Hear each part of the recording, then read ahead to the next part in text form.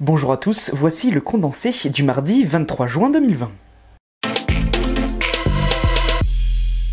Reconfinement en Allemagne pour plus de 560 000 personnes.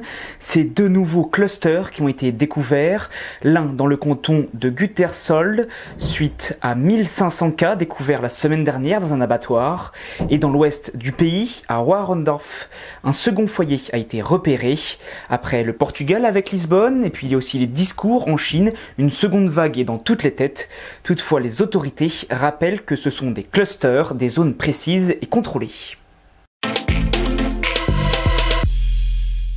Et pour faire face au virus en France, le gouvernement a lancé il y a 3 semaines une application Stop Covid. Selon Cédric O, secrétaire d'État au numérique, 1,9 million de téléchargements ont été enregistrés, 68 personnes se sont déclarées positives au virus et 14 personnes ont reçu une notification après avoir croisé une de ces personnes. Cédric O a aussi dévoilé le coût de cette mesure, entre 200 000 et 300 000 euros par mois. Plusieurs annonces ont été faites aujourd'hui, d'abord avec RMC et BFM TV. Les syndicats représentant les salariés du groupe Next Radio TV ont informé d'une grève demain, suite à l'annonce de la suppression d'un tiers des postes. Et chez Air France, ce serait au maximum 403 pilotes concernés par des départs volontaires. Une convention collective va être signée par le syndicat majoritaire.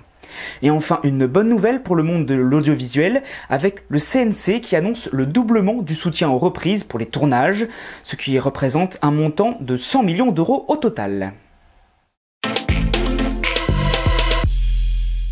Ce soir, pour les amoureux du théâtre et pour ceux qui veulent découvrir, vous avez la cérémonie des Molières à 21 h et c'est sur France 2.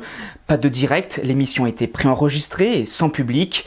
Au programme, la remise de 19 prix, suivie à 23 h 15 de la pièce La vie de Galilée. Le bras de fer juridique entre Amiens-Toulouse et la Ligue de football professionnel continue. Aujourd'hui, l'Assemblée générale de la LFP a voté pour une Ligue 1 à 20 clubs, confirmant donc la descente en Ligue 2 d'Amiens et de Toulouse. Pourtant, le Conseil d'État avait demandé d'étudier la possibilité de jouer l'année prochaine à 22 clubs. Amiens a donc déjà annoncé vouloir retourner devant la haute juridiction. C'est la fin du condensé pour aujourd'hui. N'hésitez pas à réagir, à commenter et à partager sur les réseaux sociaux. On se retrouve maintenant demain pour un nouveau condensé de l'actualité.